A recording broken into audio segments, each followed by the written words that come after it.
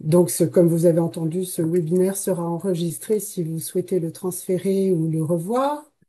Ce webinaire d'une heure est présenté par le docteur Lambros Tselalikas, qui est de l'Institut Gustave Roussy. Cette formation est principalement destinée aux infirmières et aux arcs des centres investigateurs et aux arcs d'Unicancer. Et n'hésitez pas à poser des questions si vous en avez dans le chat. On essaiera d'y répondre en fin de présentation de Lambros.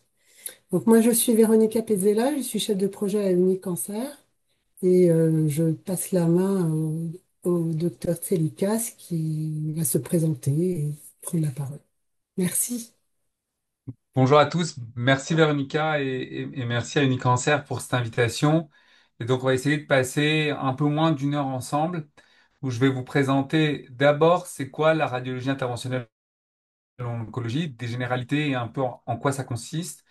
Et après, je vais vous faire un deuxième petit topo sur les traitements intra-artériels dans vos essais, dans nos essais à Unicancer. On en a de plus en plus. C'est juste pour que vous ayez une vision de qu'est-ce que c'est et comment ça se fait en pratique pour que ça soit un peu moins abstrait dans l'organisation de tout ça. Donc moi, en effet, je suis Lambros Tsilika, je suis radiologue interventionnel à Gustave Roussy et normalement, vous voyez mon écran en grand. Et donc, on y va. Donc, la radiologie interventionnelle, c'est quoi? Et s'il y a une slide pour résumer la radiologie interventionnelle, c'est celle-là. En pratique, on va pouvoir, grâce à de l'imagerie, pouvoir faire des interventions à visée diagnostique. Vous avez vu l'aiguille qui est rentrée dans l'os pour faire la biopsie. Des interventions thérapeutiques. En l'occurrence, c'est une cryothérapie d'une métastase vertébrale.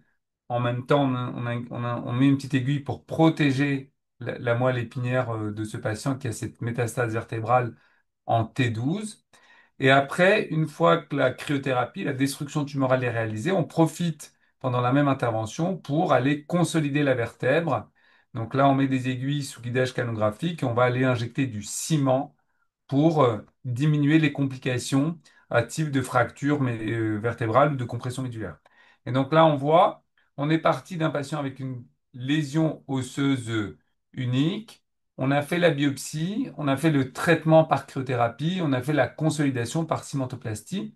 Et tout ça sans ouverture chirurgicale, juste avec des incisions à travers lesquelles on va passer les aiguilles et le tout sous guidage de l'imagerie. C'est pour ça que c'est de la radiologie interventionnelle en oncologie.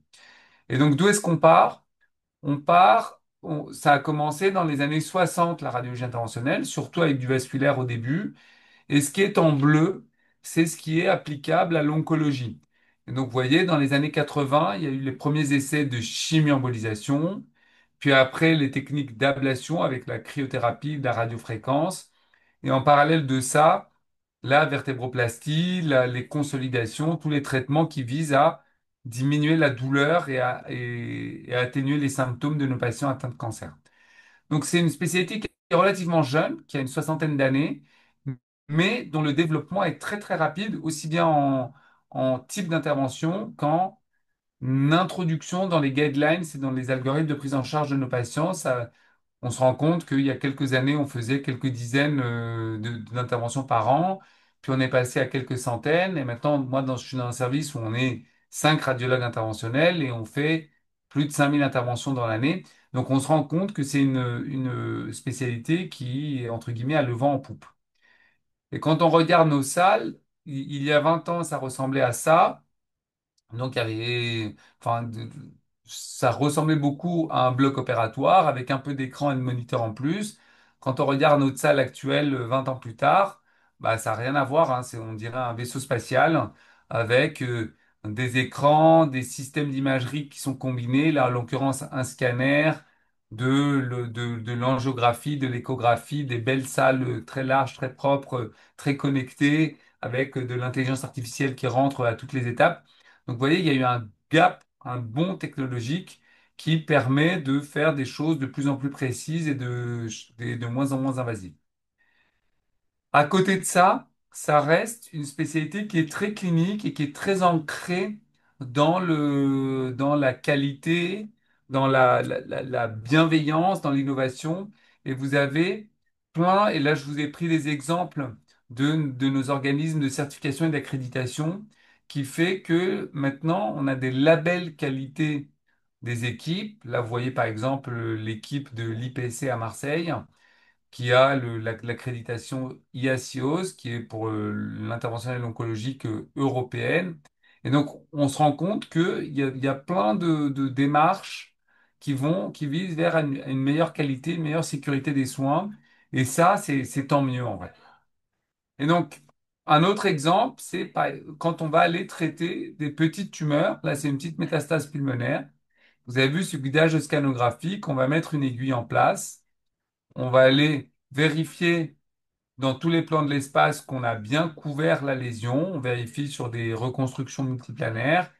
Donc, on vérifie que globalement, la zone de traitement qu'on va faire va couvrir la totalité du nodule qu'on veut traiter. Et pendant la même intervention, à la fin, on va faire une imagerie qui va nous montrer clairement la zone d'ablation.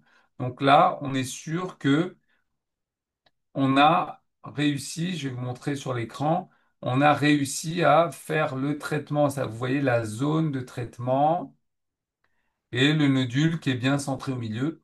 Donc on est sûr qu'on a un traitement complet lors de cette ablation. Et donc, il y a eu des études qui ont montré que pour des petites tumeurs, en l'occurrence des métastases pulmonaires de moins de 3 cm, on arrive à des contrôles satisfaisants, des contrôles complets dans plus de 90% des cas. Et quand on compare chirurgie versus radiofréquence, on se rend compte que la survie globale à 1 an, à 3 ans, est la même qu'on fasse de la radiofréquence ou de la chirurgie, avec toutefois une tolérance qui est nettement meilleure quand on fait ces traitements mini-invasifs en radiologie interventionnelle. Déjà, la cicatrice est beaucoup plus petite, et on voit bien la cicatrice ici qui permet le passage de l'aiguille, mais même en termes de durée d'hospitalisation, de fonction respiratoire, la tolérance est nettement meilleure. Et de plus en plus dans nos essais, dans vos essais, on essaye d'intégrer des PROMs, ce qu'on appelle des Patient Reported Outcome Measurements, qui nous permettent d'évaluer l'état de comment le patient vit le traitement. L'index de Karnofsky, c'est une façon très macroscopique de mesurer comment le patient a vécu le traitement, mais on se rend compte que ce type de traitement, la cryothérapie pulmonaire, la radiofréquence pulmonaire, n'aggrave pas, voire améliore un petit peu les index de qualité de vie des patients. Et une notion qui est intéressante, qui est assez récente, c'est le temps sans chimiothérapie. On appelle ça le chemotherapy free survival rate. Et là, on se rend compte qu'un patient qui vient pour des métastases pulmonaires, quand vous lui faites un traitement en radiologie interventionnelle, bah, vous avez 50% des patients qui vont pas avoir de chimiothérapie pendant au moins 3 ans, et ce qui est quand même un bénéfice en termes de qualité de vie qui est significatif. Et donc, ça, c'est l'état actuel, entre guillemets, de ce qu'on fait en radiologie interventionnelle.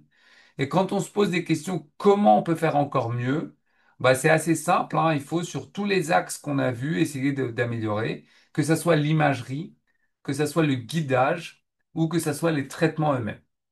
Je m'explique, on a toutes ces modalités de guidage qui sont disponibles plus ou moins facilement dans nos centres. Et Unicancer, c'est un réseau qui est très privilégié parce que toutes les équipes d'Unicancer, et on se rend compte qu'il y a de la radiologie interventionnelle dans tous les centres de lutte contre le cancer, pousse énormément pour avoir ce type de matériaux et de matériel vraiment à la pointe. Vous voyez par exemple les angiographies 3D en bas à gauche, l'échographie bien sûr, le scanner, l'IRM, la combinaison de scanner avec l'angiographie.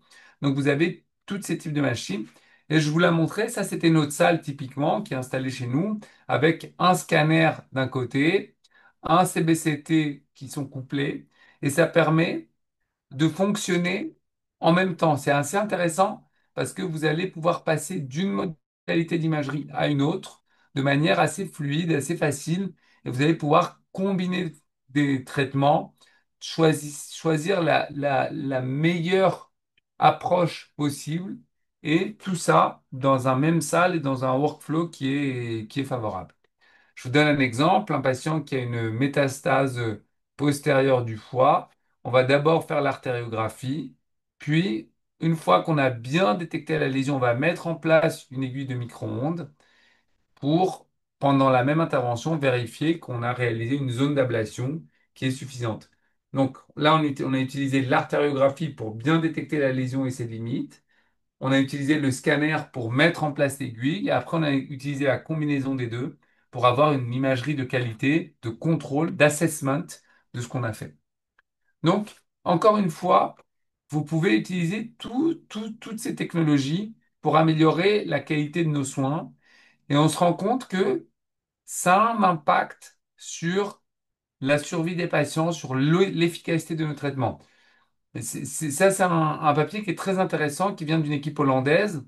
Ils se sont rendus compte que même pour des petites métastases hépatiques, là, vous voyez sur cet exemple en bas à gauche, c'est une petite métastase qui fait moins de 2 centimètres.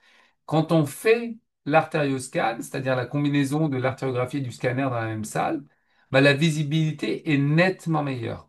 Et on va aller positionner notre aiguille au bon endroit, une antenne de micro-ondes, une aiguille de radiofréquence, et on va pouvoir très très très bien évaluer les marges de notre traitement, de notre zone d'ablation, et on se rend compte qu'on a la marge suffisante pour dire, OK, bah, le patient ne va pas récidiver. Et ça se traduit chez ces patients, là, il y a eu 250 patients qui ont été analysés.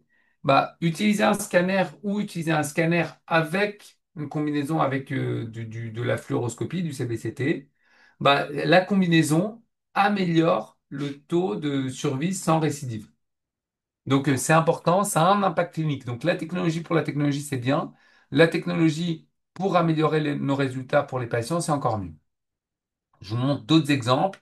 Ça, c'est l'IRM interventionnel. L'IRM interventionnel, c'est intéressant chez les patients que vous voulez éviter d'irradier, typiquement les femmes en âge de procréer ou potentiellement enceintes, les patients chez qui vous ne voulez pas injecter d'iode parce qu'ils sont insuffisants rénaux, ou chez des patients pour qui les lésions, vous les voyez pas très bien au scanner, ou en tout cas, quand vous voulez protéger les structures nerveuses, là en l'occurrence c'est très près des structures nerveuses, vous voulez monitorer votre traitement en temps réel et être sûr que vous n'allez pas abîmer, faire plus de dégâts. Et donc vous pouvez utiliser la précision de l'IRM pour avoir ces informations.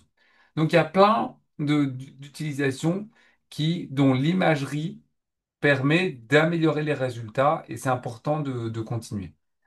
Deuxième grand chapitre, c'est les outils de guidage. Les outils de guidage, c'est intéressant parce que c'est super d'avoir de l'imagerie à la pointe.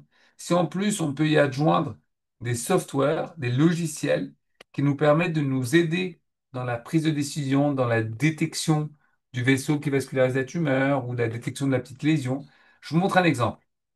Un patient de 62 ans, il a une cirrhose virale avec un hépatocarcinome. Vous l'avez tous vu sur cette image. C'est une lésion hyperartérielle et donc qui se lave au temps portal et au temps tardif. C'est un hépatocarcinome typique. Un des traitements classiques de l'hépatocarcinome, c'est la chimioembolisation. Là, en l'occurrence, on a fait une chimioembolisation avec du lipiodol, j'y reviendrai plus tard, et on se rend compte que en blanc très dense, c'est la zone qui est traitée, donc c'est la zone dans laquelle on a le lipiodol, donc ça c'est super, mais on se rend compte qu'il y a une petite partie qui n'a pas été couverte, et ce qui est confirmé sur tous les temps d'imagerie. Pourquoi cela? Parce que quand on a fait l'artériographie, on s'est dit, OK, on voit très bien le vaisseau qui va dans notre tumeur. Donc, on va se mettre ici. On va choisir ce point comme point d'injection et on va traiter notre vaisseau. On ne se rend pas compte s'il y a d'autres pédicules, d'autres vaisseaux qui vascularisent ces tumeurs. Et quand vous avez accès à l'imagerie 3D, ben, on se rend compte qu'en fait, il y avait un petit vaisseau postérieur en arrière qui était masqué par celui qu'on voyait sur l'imagerie 2D. Vous voyez, il se projette pile devant et donc on l'a loupé.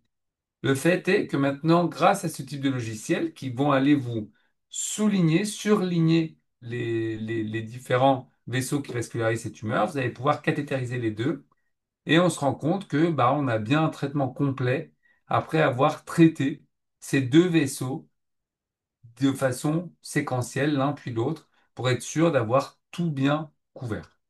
Donc les logiciels, c'est utile et ça nous permet de détecter plus de choses et ça permet aussi d'améliorer la qualité.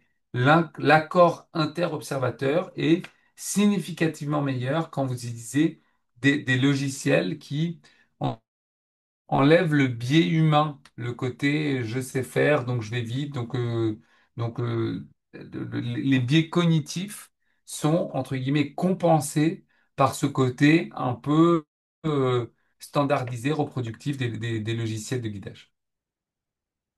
D'autres outils intéressants, c'est vous allez pouvoir faire des trajectoires complexes et là, on voit sur notre système de CBCT qu'on peut définir des trajectoires pour aller faire, en l'occurrence, de l'ostéosynthèse du bassin. On va pouvoir mettre des vis pour stabiliser des fractures, des lésions osseuses. Donc, on se rend compte que l'utilisation de ces logiciels nous permet de obtenir des trajectoires qu'on ne savait pas faire auparavant, qu'on ne pouvait pas faire auparavant avec nos outils traditionnels. Il y a même des outils de guidage qui ont été développés. Ça, c'est la solution Imactis qui a été rachetée par une grande compagnie et qui avait été développée initialement à Grenoble, qui permet de faire du guidage électromagnétique. Donc, vous avez plein de systèmes qui vous permettent en diminuant les radiations, en augmentant la précision, en faisant des trajectoires plus complexes, de développer ce genre d'approche.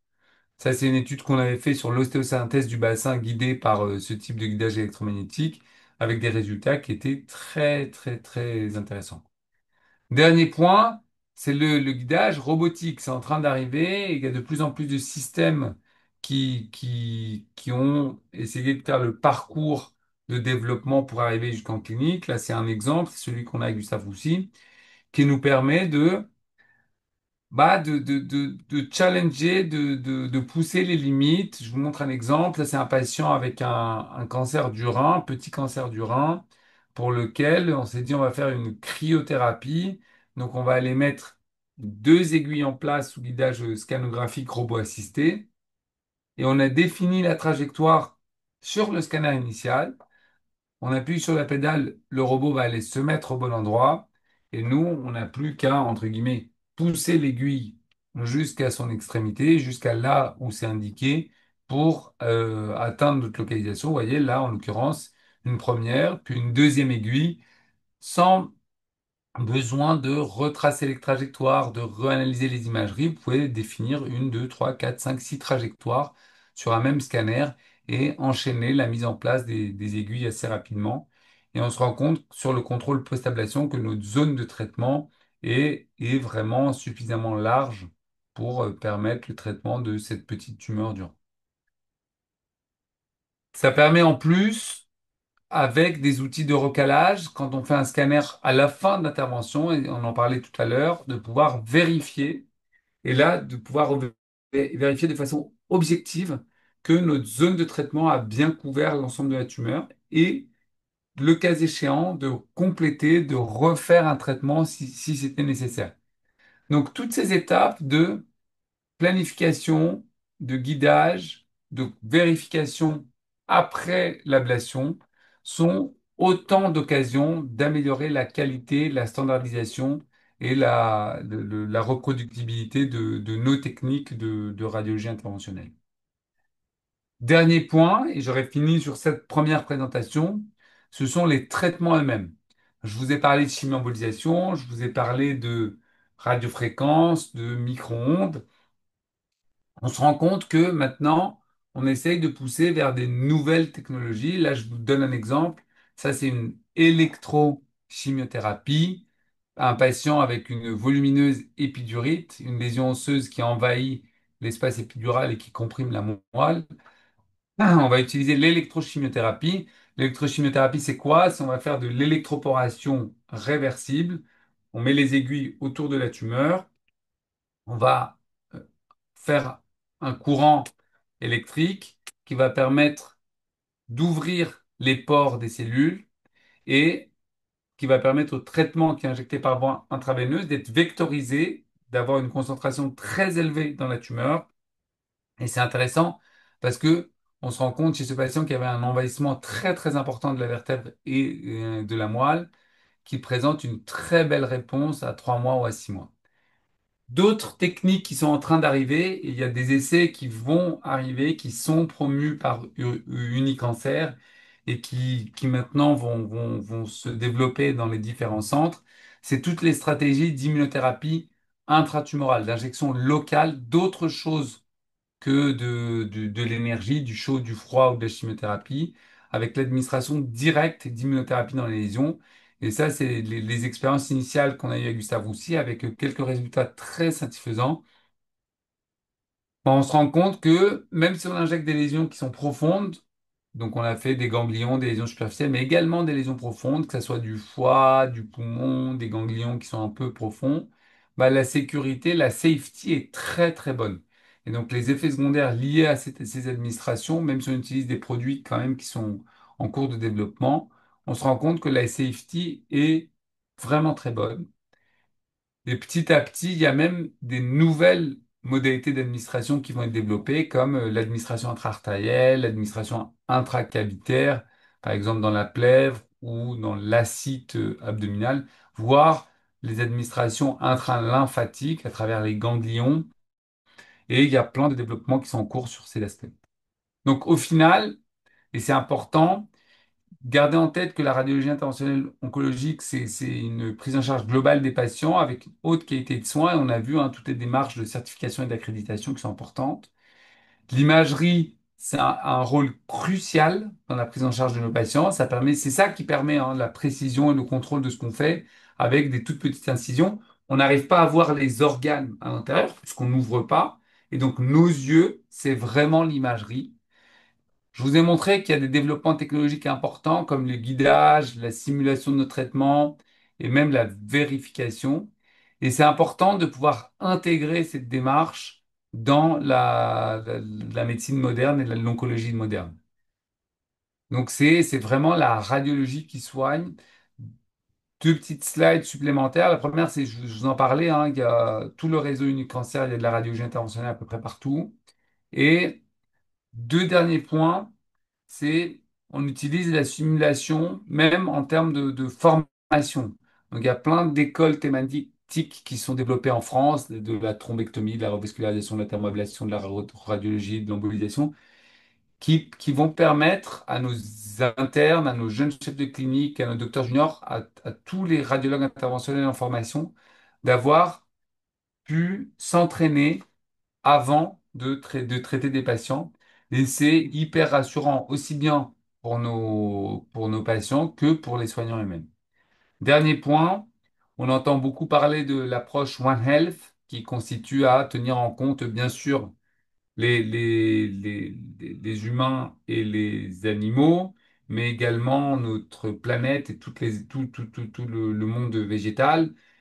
Un exemple, en tout cas, de comment ce qu'on fait en radiologie interventionnelle peut être transposé sur d'autres types d'utilisation, c'est typiquement l'utilisation d'ablation percutanée chez les animaux. Et là, je vous montre un exemple d'un micro-ondes, d'une patte d'un chien, c'est un Rottweiler qui avait un ostéosarcome d'une patte avant, chez qui, vous voyez, on traite par les mêmes techniques qu'on a en imagerie humaine, avec en radiologie interventionnelle oncologique humaine, avec un guidage scanographique, la mise en place d'une antenne, un contrôle à la fin de notre zone d'ablation, etc., etc. Et là, en l'occurrence, c'était le docteur Sayag, qui est un vétérinaire, un copain vétérinaire qui a une activité oncologique interventionnelle très intéressante. Donc ça, c'était la première présentation que je voulais vous faire. Donc si vous avez des questions, n'hésitez pas pour l'instant. Après, hop, ouais, le temps que j'ouvre la prochaine présentation sur les traitements intra-artériels, n'hésitez pas si dans le chat ou pas Je ne tellement. vois pas de questions pour le moment dans le chat. Bon, bah, c'est que soit ça a été clair, Tout est clair. soit c'est Voilà, donc, tac, je vais vous partager ça. Et là, vous allez voir. Deuxième grand chapitre, c'est les traitements intra-artères. C'est un topo que j'avais fait cette année au JFOD, aux Journées françaises d'hépato et d'oncologie digestive. C'est c'est pour revenir sur ce qu'on a en traitement intra-artériel. Et les traitements intra-artériels, c'est intéressant parce que c'est un peu c'est une boîte noire, enfin un peu de mal à comprendre à quoi ça sert, quand est-ce qu'on les utilise. Donc on va essayer de faire sur une vingtaine de minutes les traitements intra-artériels. Donc la première chose, c'est faire l'état des lieux de ce qu'on a comme traitement intra-artériel. Très schématiquement, on a d'un côté la chimio-embolisation. Donc vous connaissez chimio-embolisation qui peut être avec il est là mon stylet. On a d'un côté la chimio-embolisation, que ça soit avec des billes ou du lipiodol. Lipiodol, c'est de l'huile radiopaque. On a d'un autre côté la radio-embolisation. Ça, c'est l'embolisation seule. On en fait de moins en moins, mais quand même, ça existait. Aller emboliser une tumeur, dévasculariser une tumeur, permet de créer de la nécrose, de l'ischémie il y a un effet antitumoral de l'embolisation seule. Après, vous y ajoutez ou pas de la chimiothérapie ou de la radiothérapie interne. Et le dernier grand traitement, c'est la chimio-infusion intra-artérielle hépatique, c'est-à-dire on va aller mettre un cathéter intra-artériel dans l'artère du foie qui va permettre, en injectant de la chimiothérapie dans un porte-à-4, directement dans le pli de laine ou en fosse iliaque, bah, que cette chimiothérapie sorte dans le foie directement et donc, ça permet de augmenter la concentration de nos traitements dans le foie tout en diminuant l'exposition systémique. Après, que ce soit de la chimioembolisation, de l'embolisation, de la radioembolisation ou de la chimio-infusion, l'idée, c'est de profiter, entre guillemets, de l'hypervascularisation des tumeurs au niveau du foie pour augmenter la concentration de nos traitements à cet endroit-là. Je vous montre comment ça se passe dans la vraie vie. Ça, on est dans notre salle de radiologie interventionnelle. On met un cathéter dans l'artère hépatique et on va aller injecter du produit de contraste.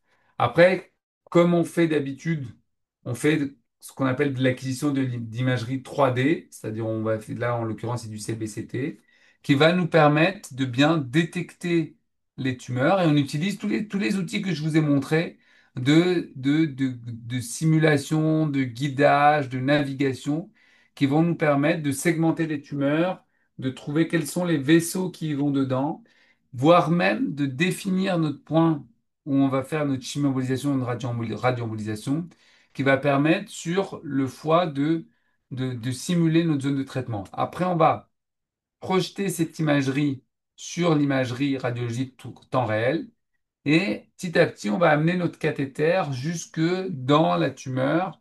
Là, en l'occurrence, vous voyez le microcathéter qui est dans la branche qui va vasculariser la tumeur principale qui est ici et voir une toute petite tumeur, un petit nodule satellite qui est juste à côté.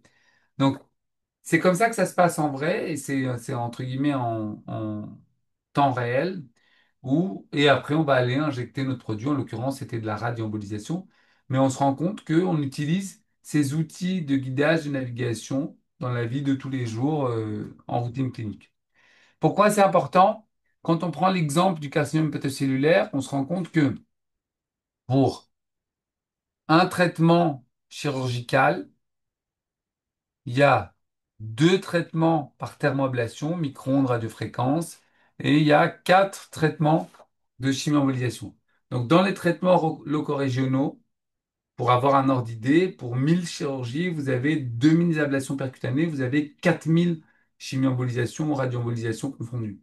Donc, les traitements intra-artériels représentent une très large majorité des traitements locaux-régionaux qu'on fait en France, en tout cas dans l'hépatocarcinome. Et même si initialement c'était que pour les stades intermédiaires, les stades BLC, C, B, on voit que c'est les petites barres qui sont violettes. On utilise quand même la chimioembolisation à plein de stades différents et l'utilisation est beaucoup plus étendue que ce qui est prévu dans les guidelines. L'Ambrose, excuse-moi de t'interrompre. Je Ouais. crois qu'on a un souci de partage d'écran. Ah mince! Ouais. Est-ce que tu peux réessayer de Bien sûr, partager bien à sûr, nouveau bien sûr, ton bien sûr. C'est écran? dommage parce qu'il y a des très belles slides que vous ratez. Ouais. Et Alors, partager. j'ai Est-ce que vous avez pu voir... Attendez. j'ai essayé de bricoler un truc, mais je pense que je ne suis pas arrivée. Partager. Et donc là, Est-ce que tu peux partager en grand, en fait, ton écran? est-ce que là c'est en Est-ce que, grand? pour moi, oui. Est-ce que pour vous, Dans le chat, ceux qui quelqu'un peut sont nous en dire si ligne, c'est bon? alors dans le chat, ouais, c'est super. Merci, je Est-ce que t'interromps vous plus. avez pu voir, je sais Bah pas si peut-être, la vidéo, peut-être au ouais, moins. peut-être revoir la vidéo si ça t'ennuie Ouais, pas. c'est la Merci. seule qui à la Ah, c'est limite, super. mériterait d'être vue en grand. C'est juste pour que vous ayez l'image. Je reprends, hein, on a cathétérisé l'artère hépatique, on a fait l'angiographie, puis on fait l'acquisition 3D avec le CBCT qui tourne autour du patient et qui permet d'acquérir ces images en 3 dimensions qui ressemblent à du scanner. Et on va aller, comme je disais tout à l'heure, segmenter, c'est-à-dire détecter la tumeur, utiliser tous les outils de guidage qui vont nous permettre de trouver quelles sont les branches qui vont vraiment dans la tumeur. On va définir un point d'injection, donc on va cliquer sur le vaisseau et ça va nous donner en orange sur le foie la zone qui sera traitée. Et après ces images-là, tridimensionnelles, on va pouvoir les refusionner, les reprojeter sur notre imagerie 2D en temps réel pour aller petit à petit amener le cathéter jusqu'à l'endroit qui nous paraît le bon, donc au plus près de la lésion. Et là, on voit très bien hein, qu'on a le petit cancer du foie et le petit nodule satellite qui sont bien vascularisés par cette artère. Donc, on disait, hein, c'est un traitement qui est très utilisé, la chimio-embolisation par exemple dans le CHC. Même si on a l'impression que ça baisse un petit peu, ça reste le traitement le plus réalisé. Et ce qui est intéressant, c'est qu'au fil du temps, donc les premières chimio-embolisation, on a vu, hein, c'était les années 80. C'est devenu un standard dans les années 2000, 2002 avec des essais de phase 3 randomisés. Et on se rend compte que plus le temps passe, plus les résultats s'améliorent avec des survies globales au fil des années qui augmentent. Et au début, on était à 15 mois et maintenant on est arrivé à des survies médianes de l'ordre de 50 mois avec le même traitement de chimio-embolisation. Qu'est-ce qui a changé? En fait, c'est bien sûr un peu la technique, mais surtout la sélection de nos patients. Et c'est la raison pour laquelle on se rend compte que les essais bien construits, randomisés, qui permettent de définir des bonnes populations candidates à un traitement, bah, font que on a des résultats qui sont significativement meilleurs. On se rend bien compte que en fonction du stade typiquement de la maladie, bah, les résultats sont pas les mêmes. Quand on fait les BCLC-A par rapport au BCLC-B, donc des hépatocarcinomes à un stade localisé ou à un stade intermédiaire, quand on prend des malades avec une ou plusieurs lésions, ou quand on prend des lésions qui sont volumineuses ou pas, bah, il y a un vrai impact sur les résultats qu'on veut avoir. Et là, et c'est là où le rôle du cancer, le rôle de notre réseau, le rôle des centres cancéreux est très important. Là, on rentre dans l'ère où on va combiner les traitements. On va combiner les traitements intra-artériels avec typiquement de l'immunothérapie.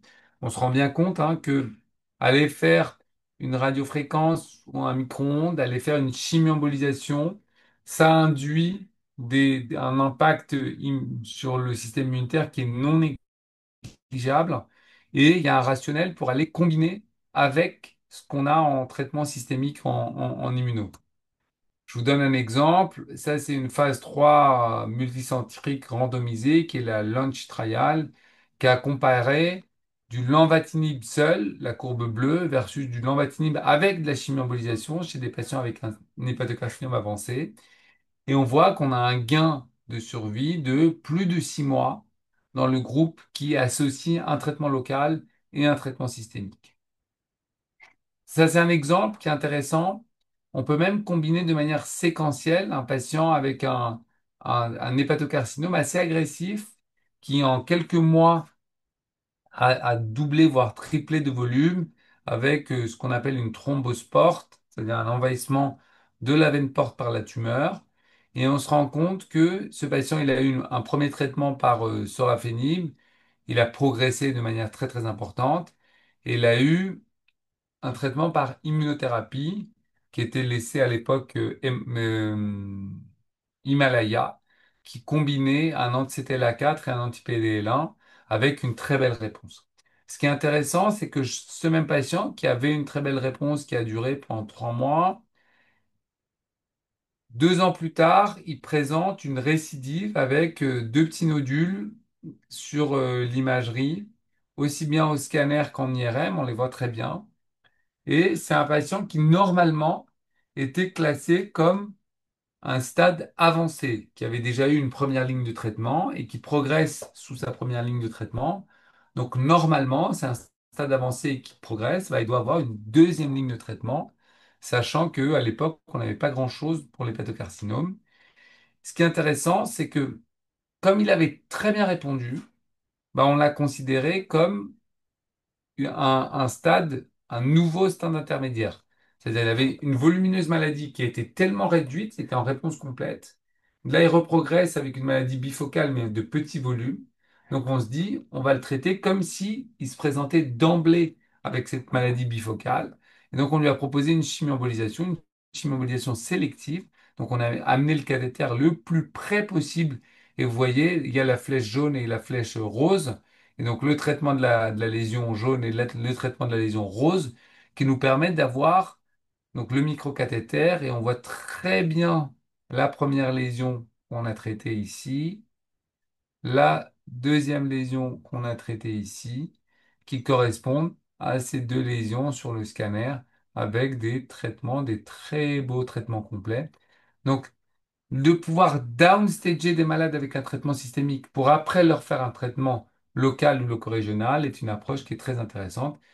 Et ce patient a bénéficié à 6 mois, par exemple, il avait une réponse complète en imagerie sur ces deux nodules traités par chimioembolisation. Et il y a plein d'essais qui arrivent. Donc ça, c'est tous les essais qu'on va voir arriver. Les deux premiers, il y a déjà les résultats. Donc Emerald 1, c'est un essai dont le résultat a été publié dans le Lancet qui comparait chimio-embolisation avec immunothérapie et bevacizumab. Et on s'est rendu compte, je vous passe le design, mais en tout cas, il faut qu'on s'habitue à ces designs complexes dans une cancer et dans nos centres avec, là c'est du séquentiel. Il y a eu d'abord du durvalumab et de la chimio-embolisation, puis après 16 semaines, on a arrêté la chimio-embolisation. On aurait pu, dans l'intervalle, on avait pu faire une, deux, trois, quatre séances si besoin.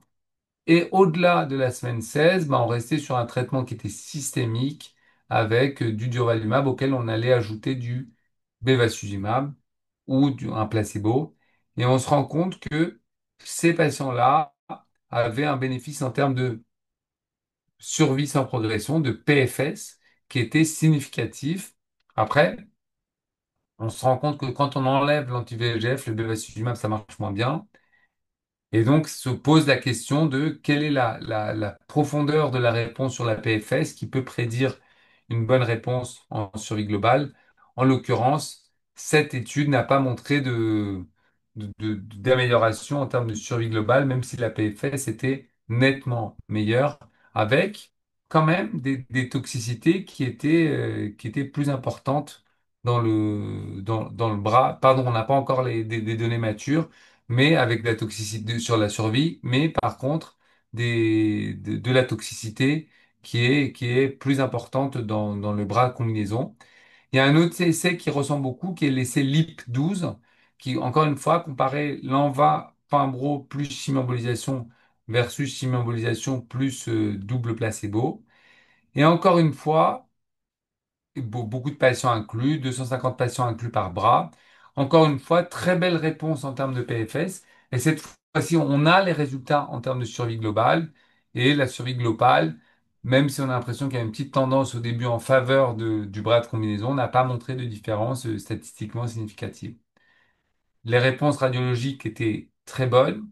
Et ça, c'est intéressant parce que dans la façon dont on rapporte les études, il faudra bien faire attention entre les lésions qu'on traite localement, que ça soit en chimioembolisation, en radiofréquence, en immunothérapie intratumorale, et les lésions qu'on ne traite pas localement, qui eux bénéficient ou pas du traitement systémique.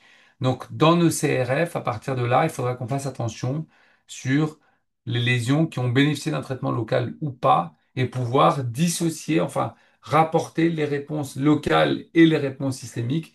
Bien sûr, à la fin, on aura une réponse globale de chacun des malades pour décider de si on continue ou pas. Mais c'est très intéressant, en tout cas pour les investigateurs, de pouvoir traquer cette réponse locale en plus de la réponse globale de nos patients. Encore une fois, les effets secondaires, quand on combine des traitements, peuvent être variés. On a d'un côté les effets liés à l'immunothérapie, d'un autre côté les effets liés au traitement intra-artériel lui-même, en l'occurrence la chimioembolisation.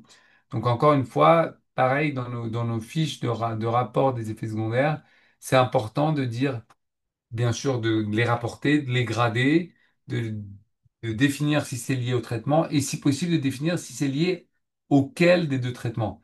Bien sûr, une asthénie, vous allez avoir du mal à dire si c'est l'immunothérapie ou la chimioembolisation, mais une dissection artérielle ou un hématome du point de ponction, bah, bien sûr, vous allez le rapporter plutôt en lien avec la procédure intravasculaire. Et si le patient a une hypothyroïdie, vous allez plutôt le rapporter en lien avec l'immunothérapie. Dernier grand chapitre, c'est la radioembolisation. Vous entendez parler de plus en plus d'essais sur la radioembolisation. La radioembolisation, c'est quoi? C'est comme la chimioembolisation, on va utiliser l'apport intra-artériel, parce qu'on sait que toutes les tumeurs du foie sont vascularisées à 90% par l'artère. Or, le foie lui-même est vascularisé à 70% par la veine et à 30% seulement par l'artère. Donc, si vous injectez dans l'artère, bah vous 90%, 95% va dans la tumeur et vous avez qu'une partie qui est relativement faible qui va aller dans le parenchyme normal hépatique. Donc, vous allez pouvoir améliorer la réponse tout en diminuant la toxicité. Donc, on avait fait un essai sympa sur la radioembolisation, qui était un essai multicentrique français, qui avait comparé de la dosimétrie personnalisée versus de la dosimétrie standard. Donc on se rend compte que on commence à se poser des questions. D'abord, on était content quand on faisait des essais qui évaluaient des techniques de radiologie interventionnelle. Puis, on s'est dit, on va aller faire des essais qui combinent radiologie interventionnelle et traitement systémique. Et là, on rentre dans des essais qui évaluent la façon dont on fait vraiment le traitement de radiologie interventionnelle. Donc, à savoir la dose d'irradiation qui est mise, la dose de chimiothérapie, le type de cathéter que vous allez utiliser. On va rentrer vraiment dans le détail de comment se passe la procédure intra-artérielle. Et là, en l'occurrence, on s'est rendu compte que si on a une dose personnalisée, qui s'appelle PDA, Personalized Dosimetry Arm, donc c'est ce graphique-là, contre le SDA, qui est le Standard Dosimetry Arm, vous voyez, on multiplie par 2 le nombre de réponses objectives, que ce soit des réponses complètes ou des réponses partielles, quand on utilise de la dosimétrie personnalisée. Donc on passe de 43% de réponses objective avec la dosimétrie standard à 78% quand on utilise de la dosimétrie personnalisée. Donc cet effet est cliniquement significatif et en plus, il se traduit par une amélioration de la survie des malades. Nos patients, quand vous faites de la radioembolisation entre guillemets standard, ils ont à des stades avancés, ils ont plutôt une survie à 11 mois. Quand vous faites de la dosimétrie personnalisée, le même traitement, juste en adaptant la dose à la taille de la lésion et à la façon dont vous l'avez délivrée, bah vous passez de 11 à 26, 27 mois. Donc il y a un net effet pour le patient et en plus, il y a un certain nombre de patients qu'on a pu guérir avec une maladie qui a priori était incurable. Je vous donne un exemple, patient de 75 ans, très volumineuse lésion de plus de 20 centimètres. Il a eu une radioembolisation avec 2 points d'injection et au final, on se rend compte que à 6 mois, il y a une très nette dévascularisation et diminution en taille de la tumeur. Et en plus, ce qui est intéressant, c'est que au décours, il a pu avoir une hépatectomie gauche élargie. Ce patient, maintenant, on est à plus de 7 ans, il est guéri de ce cancer du foie. Ça a été confirmé dans d'autres essais, hein. Ça, c'est l'essai Legacy aux États-Unis. Et en plus, on s'est rendu compte que quand on combine avec, il y a un rationnel pour combiner avec l'immunothérapie, avec les cellules immunitaires effectrices qui augmentent nettement après un traitement par radioembolisation chez les patients qui ont été opérés. Il y a plein de modélisations qui de la poule ou de l'œuf on fait en premier, c'est-à-dire est-ce qu'on commence par un traitement systémique, est-ce qu'on commence par le traitement local? Je vous épargne tout ça. En tout cas, il commence à y avoir des données qui combinent de la radioembolisation et de l'immunothérapie et qui ont l'air prometteurs en termes de survie globale et de réponse objective chez nos patients avec des données cliniques qui sont plus qu'encourageantes sur des petites séries. Ça, je vous le passe. Et ça, c'est les essais qui sont actuellement en cours. Il y a des essais multicentriques dont certains de nos centres participent, que ce soit Stratum, Rowan ou Ipanib. Ipanib, c'était ce dernier-là, c'est un dernier concept que je voulais partager avec vous. C'est maintenant, on a même fait des essais, je vous ai montré, en intra-artériel, on peut injecter de la chimiothérapie, c'est la chimioembolisation ou de la chimio-infusion intra-artérielle hépatique. On peut injecter de la radiothérapie, des billes avec un radioisotope qui émettent du bêta, c'est la radioembolisation. Et on a même fait des essais où en intra-artériel, on injecte directement de l'immunothérapie. En l'occurrence, c'était de l'ipilimumab, un anti-CTLA-4 dans les malades avec un hépatocarcinome, avec une safety qui était très bonne. Et ça, c'est le premier patient qu'on avait inclus. Donc, en pratique, et donc je pense que je vais m'arrêter là, sauf si vous avez des questions. On a vu hein, comment la radiologie interventionnelle oncologique commence à prendre de plus en plus de place dans le traitement de nos patients dans les centres anticancéreux et même dans tous les hôpitaux. Donc il y a un vrai rôle, que ce soit pour le diagnostic, la biopsie, pour les traitements des petites tumeurs avec la radiofréquence, le micro-ondes, la cryothérapie pour pallier aux symptômes avec la consolidation, que ce soit la vertébroplastie ou l'ostéosynthèse. Et je vous ai fait un tout petit focus sur les traitements intra-artériels parce que les traitements intra-artériels sont très prometteurs du fait de l'invasivité qui est relativement faible et les données qu'on commence à avoir sur la combinaison avec des traitements systémiques, avec l'immunothérapie, avec les TKI, avec toutes ces classes thérapeutiques. Et on se rend compte que l'utilisation de ces traitements intra-artériels permet d'améliorer les résultats de nos malades. Vous allez voir, on a des essais qui vont ouvrir sur un des traitements intra-artériels dont j'ai pas beaucoup parlé, qui est la chimio-infusion intra-artérielle. Il y a un petit bémol, on a pendant longtemps mis en place des cathéters qui restaient, qui étaient par ponction au pli de laine. Il y avait un petit cathéter en fosse iliaque droite. On mettait le cathéter, on faisait les infusions tous les 15 jours, toutes les 3 semaines. On a eu un shortage, on n'a plus les cathéters qu'on utilisait à l'époque. La tendance actuelle étant de faire ce qu'on appelle des cathétérismes itératifs, c'est-à-dire piquer l'artère, monter un petit microcathéter dans l'artère hépatique, comme je vous ai montré, et faire ça toutes les 3 semaines quand on fait l'infusion de chimiothérapie. C'est de la technique, mais gardez en tête que ces développements technologiques, ce reporting de ce qu'on fait de manière technique et technologique va être important pour le développement de ces traitements de radiologie interventionnelle oncologique. Merci beaucoup. Je suis à votre disposition. Si vous avez des petites questions, n'hésitez pas. Merci Lambros. En attendant que les questions tombent, j'en ai noté quelques-unes pendant ta présentation qui étaient très claires. Merci beaucoup.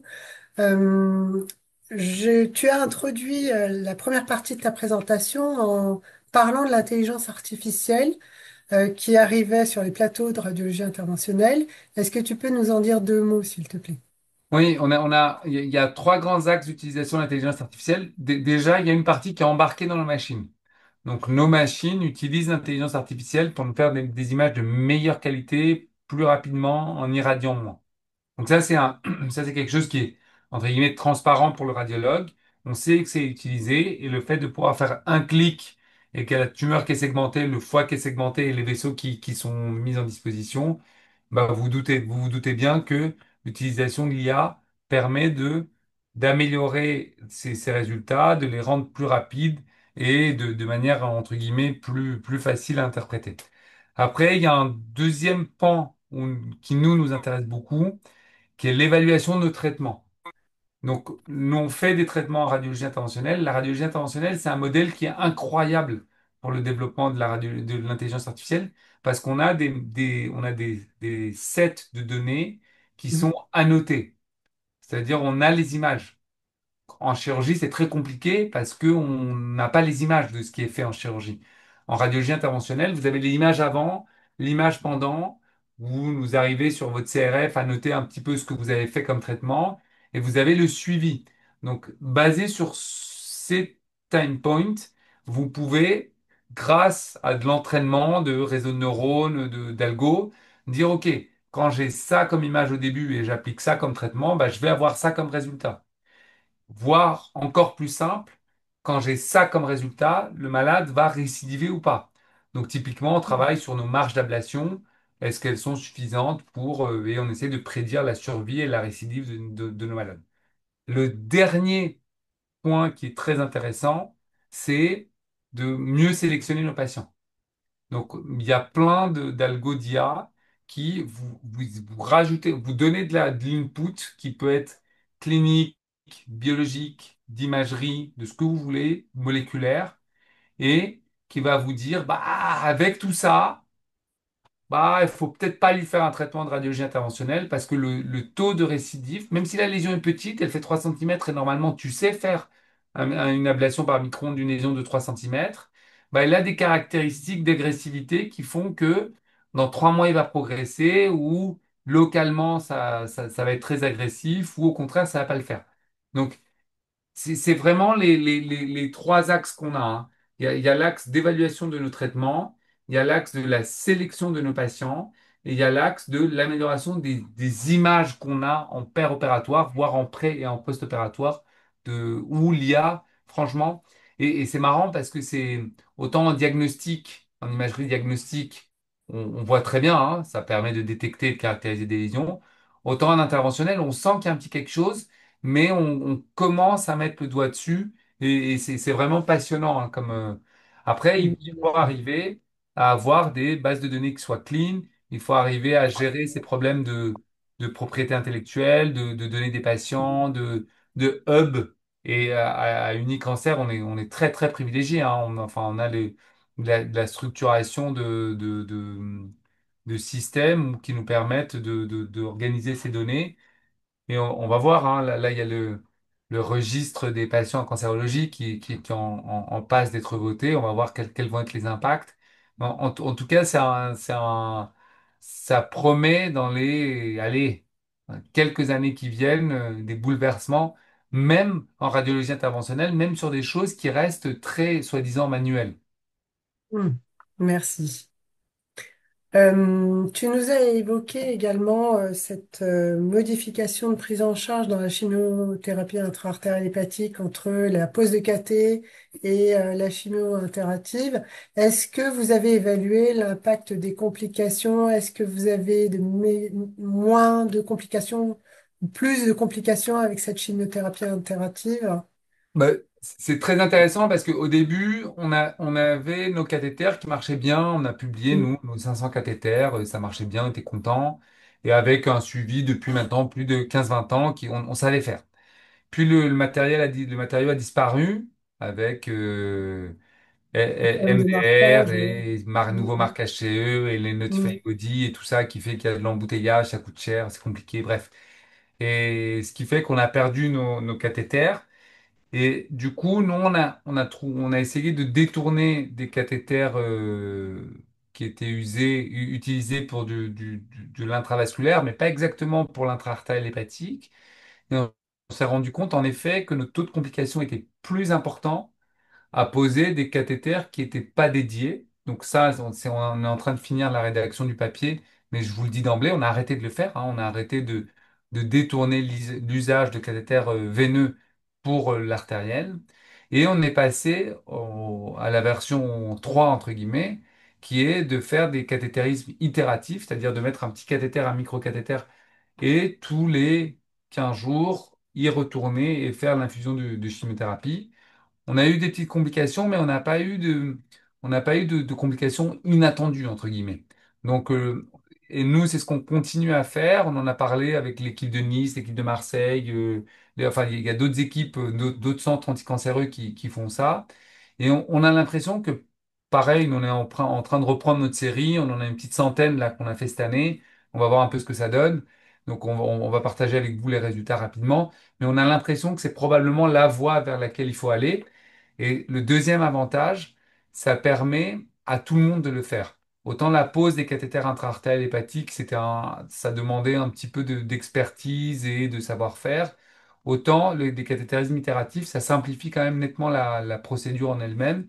Et dans les essais, bah, c'est pas mal de pouvoir inclure tous les centres qui veulent participer, en tout cas qui ont ce recrutement, sans avoir d'exigences techniques et technologiques particulières. Donc je pense qu'on va vers ça. Ok, ça marche. Merci. Oui, effectivement, tu parlais des centres de lutte contre le cancer qui sont tous équipés.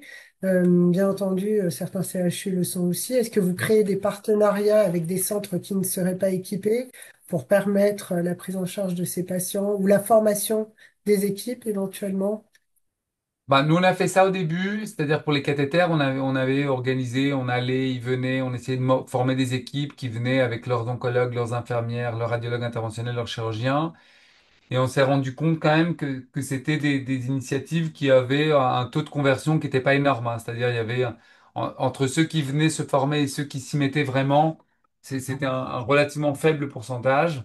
Et donc, effectivement, là, on privilégie plutôt des équipes qui n'ont pas un volume d'activité suffisant, qui maintenant nous les adressent pour la période de la Mhm. chimiothérapie intra-artérielle. Bien sûr, ils continuent le systémique chez eux et ils continuent à suivre les patients au décours. Mais en tout cas, oui, oui, on est assez ouvert. Enfin, j'ai plein d'exemples en tête, hein, d'équipes qui nous envoient des patients pour faire cette partie du traitement, pour permettre aux patients d'en bénéficier. Ouais. Ça marche, merci. Écoute, je ne vois pas d'autres questions dans le chat, mis à part peut-être un message personnel où tu as le bonjour du docteur Buis. Ah, Mais excellent. et Salut. autrement, je ne vois pas d'autres questions. Tout le monde te remercie pour cette présentation très intéressante et du temps que tu nous as accordé. N'hésitez pas, je ne sais pas si on aura l'occasion d'avoir tes slides éventuellement. Avec plaisir. Ah, merci. Avec plaisir. Euh, Tout le monde me dit que c'était très clair Bon, bah, et te remercie pour cette présentation. parfait. Passez une très bonne journée. Merci À Lambros, à très bientôt à bientôt. tous. Au revoir. Au revoir, merci à tous. Au revoir.